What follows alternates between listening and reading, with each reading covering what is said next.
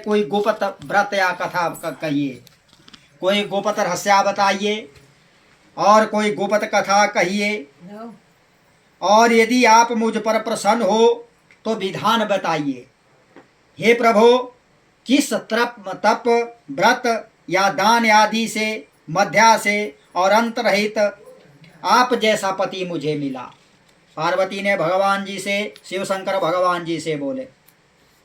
पार्वती भगवान जी से बोली, हे महाप्रभु, हमको प्राप्त हुए तो इसका जो है मुझे क्या विधान है। मेरा कौन सा ऐसा कर्म था, मैंने कौन सी ऐसी पूजा की, मैंने कौन सा ऐसा व्रत किया जिससे आप मुझे मिले।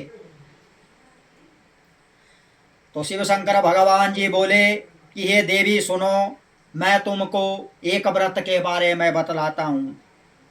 मेरा जो सर्वस्या आपने पाया है और सर्वस्या और छिपाने योग्य है, लेकिन तुम्हारे प्रेम के वशीभूत होकर मैं इस व्रत को बताता हूँ। पार्वती जी, एक गुप्त रहस्य है, गुप्त जो व्रत है, तो आपने आज प्रश्न किया, मैं आपको इसके बारे में बताता हूँ। तुम्हारे स्नेह के कारण मैं तुमसे अत्यधिक प्रेम करता हूँ, इसके कारण मैं तुम्हें इस बात को बता रहा हूँ। अमर कथा भी जो है तो भगवान जी ने पार्वती जी को सुनाई थी। तो आज भगवान जी ने कहा कि मैं तुम्हें इस व्रत के बारे में बताता हूँ।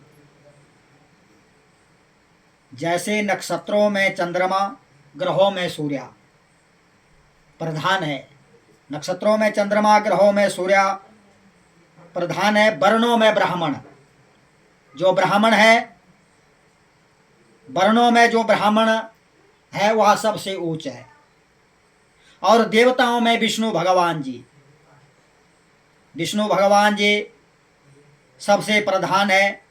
और नदियों में गंगा, जितने भी तीर्थ है, नदियां हैं, उनमें गंगा की प्रधानता है, गंगा माँ की प्रधानता है। पुराणों में महाभारत, और वेदों में सामवेद, और इंद्रियों में मन और श्रेष्ठ है। सब पुराण और वेदों का सर्वस्व जिस तरह कहा गया है, मैं तुम्हें एक प्राचीन व्रत को बतलाता हूँ। एकाग्र होकर सुनो।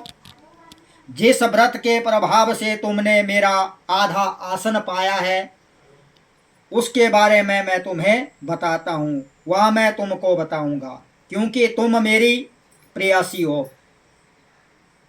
प्रेयसी हो। और भगवान शिव शंकर ने कहा कि भाद्रों का महीना हो, भाद्रों का मास हो, भाद्रों महीना, भाद्रों मास में हस्त नक्षत्र, तो हस्त नक्षत्र कई बार किसी तृतीया को आता है, कई बार नहीं भी आता है, लेकिन हरितालिका तो हरितालिका ही है। भाद्रों का महीना हस्त नक्षत्र से युक्त शुक्ल पक्ष की तृतीया, शुक्ल पक्ष की तृतीया तिथि को उसका अनुष्ठान मात्र करने से स्त्रियां सब पापों से मुक्त हो जाती है।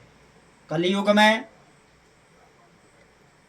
जितनी भी स्त्रियां हैं, तो कई बार बहुत से पाप कर्म आदि हो जाते हैं। रजस्वला धर्म में कई बार पाप कर्म हो जाते हैं, तो कई कुछ हो जाता है।